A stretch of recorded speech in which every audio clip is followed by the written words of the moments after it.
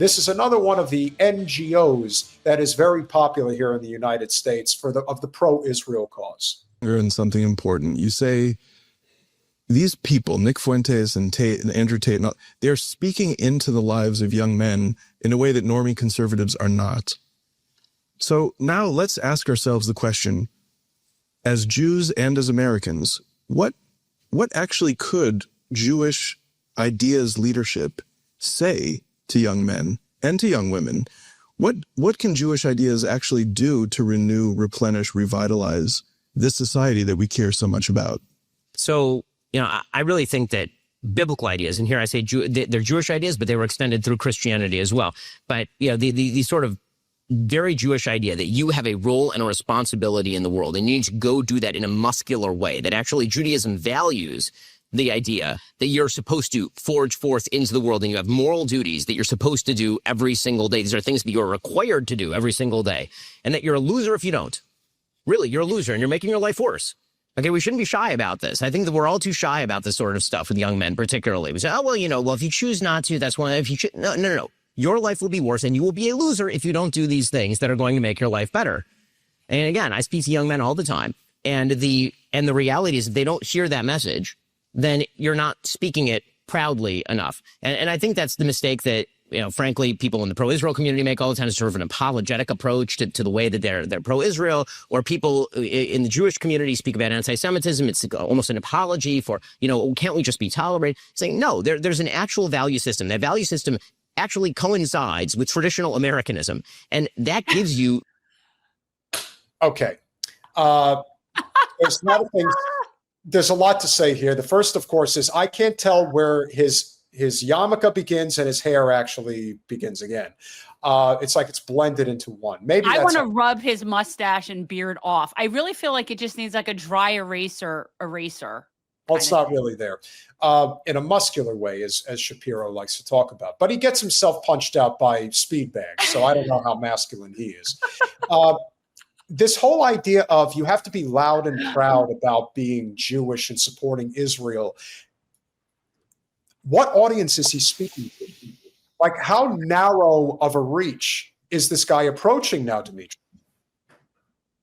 Well, first of all, his comments seem to imply that they weren't already being loud and proud. I mean, I don't know how the propagandists in the American Zionist community could be more aggressive than they have been for years.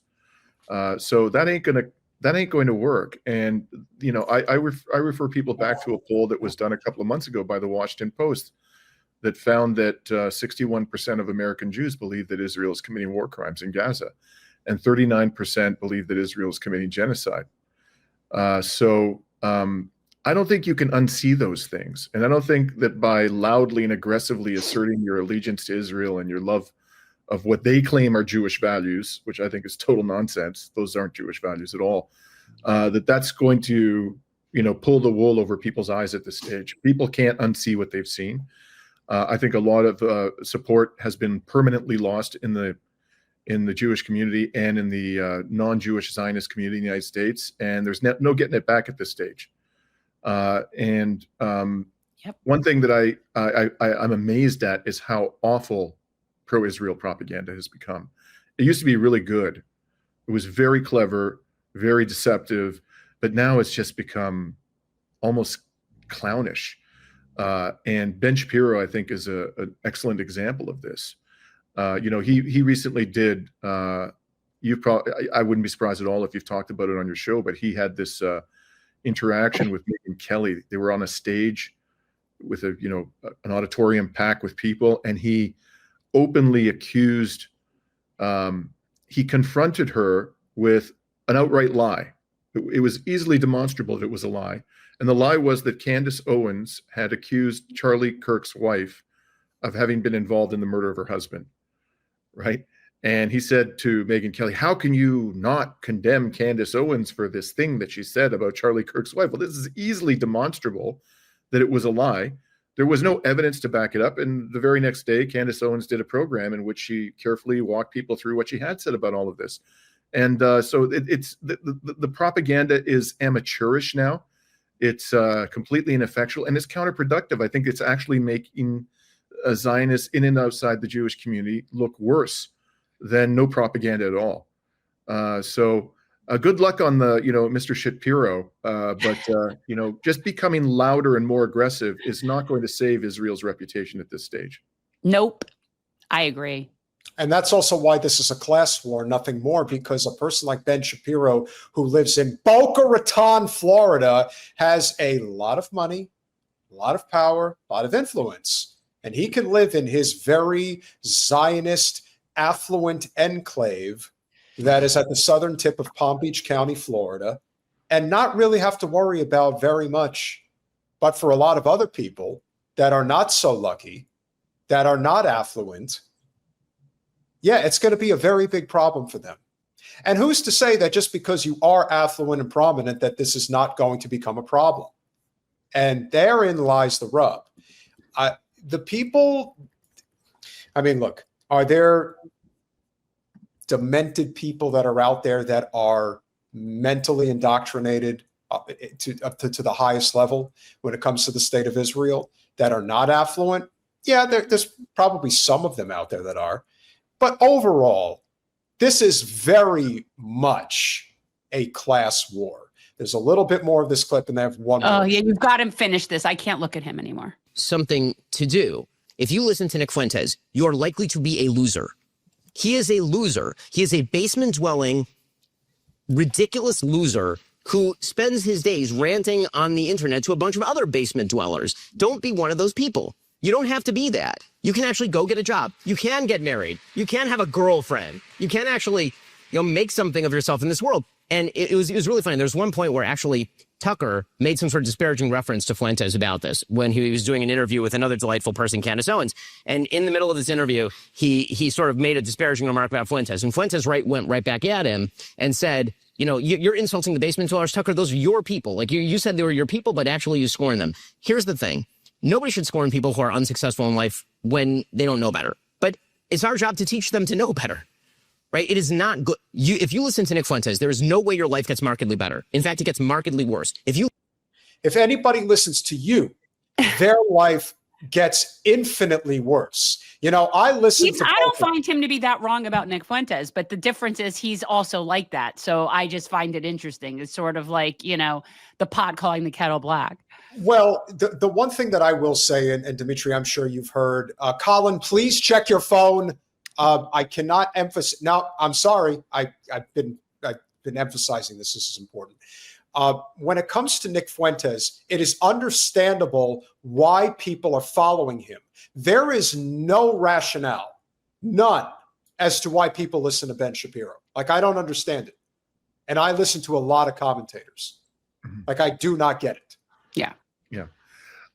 Let me say, I never even heard about Nick Fuentes until about 3 months ago. Same. I mean, maybe like I'd seen his name. I had no idea who he was. Absolutely no idea. And then as he became more and more critical of Israel and got a larger following, then I started paying attention. And based upon, it's not like I've watched a lot of Nick Fuentes, but I tried to educate myself about who this guy was because he was being talked about a lot in the alternative media. And based upon what I can see, the dude's an anti-Semite. Okay. Like I have very great difficulty not coming to that conclusion. Again, I'm no expert on Nick Fuentes. Okay. But just based on what I've seen and heard. But at the same time, I will say that when that guy starts talking, when he's not spewing his hostility and hatred towards the Jewish people, but he's talking about Israel and people who support Israel, he's very persuasive. He's extremely persuasive. And I understand why in the current environment, a lot of people are gravitating to that guy. But I don't think this fairly describes people like Candace Owens or Tucker Carlson at all. Whatever political disagreements I may have with them, I don't think there's any validity to the claim that they're anti-Semitic. That is complete nonsense. And you notice in that clip you showed, he almost only talked about Nick Fuentes. Yes. Right? And he's playing the guilt by association game. He'll toss in the name of Candace Owens or Tucker Carlson, but really the discussions about Nick Fuentes, this is what the Zionists do. They take the most odious character they can find, the most odious prominent character they can find who's a critic of Israel, and they try to paint everybody in the anti-Zionist community as being that guy. And that's exactly what we just saw from Shapiro. But it's not working anymore. It's just not working. I don't think there are a lot of Republicans that are turning against, who were formerly supporters of Candace Owens and Tucker Carlson, who are going to turn against them because of this effort to, equate them with people like Nick Fuentes. It was a total cope on his part. But what I think is much more concerning is Dan Senor is the other gentleman on this panel with Bari Weiss and Ben Shapiro. And this is the indoctrination side that they're looking to push now. Jewish kids, that is actually how you get Jewish continuity. So then how do you raise Jewish kids? Again, people want all these solutions. The reality is formative experiences, putting kids in actual bubbles, in Jewish bubbles during their formative years, because when they're in those Jewish bubbles, that's when Judaism comes alive. And that's also, oh, by the way, while they're forming all their key relationships with their closest friends, who, despite what any of us think, will have much more influence on these kids than any of us will. All right. I mean, how is that not pure cultish indoctrination? That's a cult. Am I wrong? Oh no, that's exactly, it's a death cult to put a finer point on it. But yeah, these people behave like cultists. The people who are left in, the pro-Israel community, most of whom I think, based upon my own interactions with these people, are not Jewish. They don't claim to be Jewish. A lot of them aren't even Christian evangelicals. I think that's the biggest source of support for Israel in the United States. But a lot of these people are just atheists. And frankly, they don't even particularly care about Jews or Israel. What they care about is the projection of American power into this region, which is strategically so important. And they see Israel as an instrument for projecting American power. So that's ultimately why they continue to support Israel. They're just evil people. I think they're bigots. I think they're bigots. Absolutely. And they don't like brown people. And they see, Israel, they see the Ashkenazis and that, that's our people.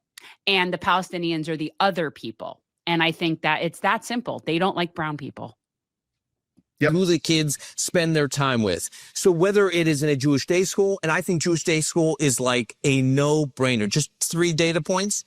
There have been a series of studies. One, alumni of Jewish day schools are 2 times more likely than their peers to be very proud and very public about their Jewish identity. They're 4 times as likely to proudly identify and support the state of Israel. Okay? Today, some 5% of non-Orthodox Jewish kids in America are in Jewish day schools. That is a tragedy. And if there's one lesson we can take after these last 2 years, is there should now be a Jewish renaissance in Jewish education and Jewish camping, and just figure out that is like, and the challenge is that it's uninterested. Like when you tell people this, like the big philanthropists, they look at you like, because they only know of giving to the school that their kid went to, or the school they want their kid to go to. We should have, like, the challenge to our community and people in this room should be, how can we collectively make Jewish day school the price of Catholic school? Right. I remember actually after my 92nd I could tell you, you'd have to get rid of the Jews and bring in Catholics. That's how you can do that. You won't be able to do that. The Jews are all about the prophet. That's just the way it is. And when I say the prophet, I'm not talking about like Muhammad, peace be upon him. I'm talking about with an F. Just remember who said it. Just remember who said it. We didn't say it. She said it. I said that. it. You said it should be the Catholic school model. I am a product of everything you say. All of the resources that my parents had went to Jewish day schools and Jewish camps. We didn't go on vacation. Everything went to that. Everything. Right. Okay. And the idea, though, that it's the price that it is, given the amount of capital in our community, it makes my blood boil. Yeah. This is where all of the resources in our community should go without exception. This is. Yes, to brainwash little Jewish children at day schools. That's what we should be spending all of our money on, Barry. Yeah, and if they do that, who's going to buy all those weapons to mass murder Palestinian children, Barry? I mean, you got to leave a little bit of money on the side for the baby killers, don't you? I mean, this is delusional talk. Like this is just delusional. So, but they're in an echo chamber. They're in an echo chamber. They're cultists. Like because they're going to reduce the cost of Jewish school. They think that they can cause people to unsee what they've seen. These people they're delusional. They're delusional. The world has seen Israel for what it is. And this project cannot be saved by any amount of propaganda at this stage. Nope. It is kind of funny watching them spiral, though. They spiral a little bit more. It's entertaining. Judaism is a peoplehood and a civilization. We do not adhere to modern categories because we're more ancient than all of those categories. And so, but because we've done such a poor job. Hinduism is more ancient than yours alone. No, she's on the talking surface. about whatever other category. But I love how she is. It's a religion, honey. It's a religion. Yeah. Of explaining what we are to people, to say, I have no problem with Judaism, amazing faith, incredible people. It's just Israel I have a problem with. We need to do a better job of explaining that our connection to Israel is a part of who we are as a peoplehood and a civilization. So I would say that the first thing you need to do is inculcate this when your kids are like 3 or 4 years old. I'm dead serious. It's not a thing that you read. You don't become pro-America because you read a book when you were 14. 70, 80 years. I mean, come on, man. This I know, that's the thing. I was raised this way. The children in the Jewish community for ages, ever since the founding of Israel, they've been doing this. They're just I'm talking a product. about more of the same. I am a complete product of, and I didn't even go to Jewish day school, but I went to Jewish camp. I went to the JCC. I was in B'nai B'rith, all of it. And what they're talking about is exactly what already is. That's what other than not everybody goes to Jewish day school. I didn't need to go to Jewish day school. Got the message anyway. This is like, this is a form of child abuse. That's what this is. But is it any different? See, and here's where I come in as my atheist self. To me, I don't know that that's any different than any other religious indoctrination. I'm against all of it. And I do find all of it to be abusive. So I'm just saying, I don't know that I find any other indoctrination to be less so. No argument. You don't become pro-Jewish because you read a book when you were 14. You become pro-America because you went to a 4th of July parade with your parents and had a hot dog when you were 3 years old. Or in my case, because you watched 1776, the musical, on a loop when you were 5. And know all the lyrics, right? And the reason that you're pro-Jewish is because you went to shul with your parents from the time that you were a little kid and you made Kiddush on Friday nights with your parents. And you traveled to Israel regularly with your parents, right? That's the reason you do this sort of stuff. People live through their experiences. I think we spend a lot of time, with the Life of the Mind, a place like Tikva.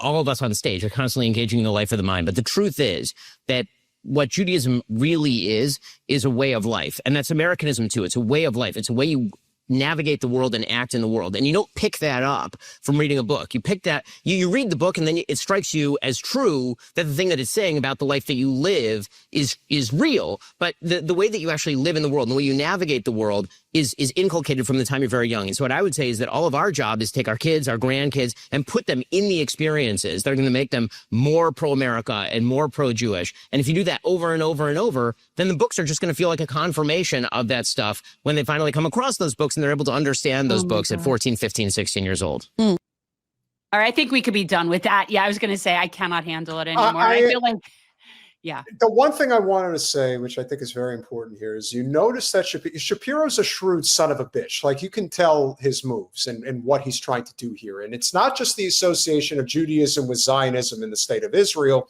It's also Zionism is Americanism. He's trying to connect those pieces together. Now, again, I agree with both of you that it's not going to work, but it's interesting to see the angle that they're trying to play, is that if you don't accept Israel and Zionism, you're not an American. Well, that's going to fall on deaf ears. Yeah, I agree. Thank you so much for being here. I feel like we've kept you already over an hour and I don't want to keep you. I really appreciate, I wanted to meet you. I wanted to tell you, I really appreciate what you do. And I think you're a total badass. And for anybody who's not following, because I know that you're like being stalked by Israel. I've been following like the spy that loves you, that apparently has been following you. I don't think he loves me, but look, I'm having a little James Bond thing. Like, I'm thinking, like, so this guy loves you. He's obviously into you. He follows you on the road. So I really appreciate you. I think that you stand up and fight for the right things. And I appreciate that. And I thank you so much for coming on here and entertaining us. Thank you very much. Those are your very kind words. I don't know that I deserve them, but I really appreciate the support. Thank you.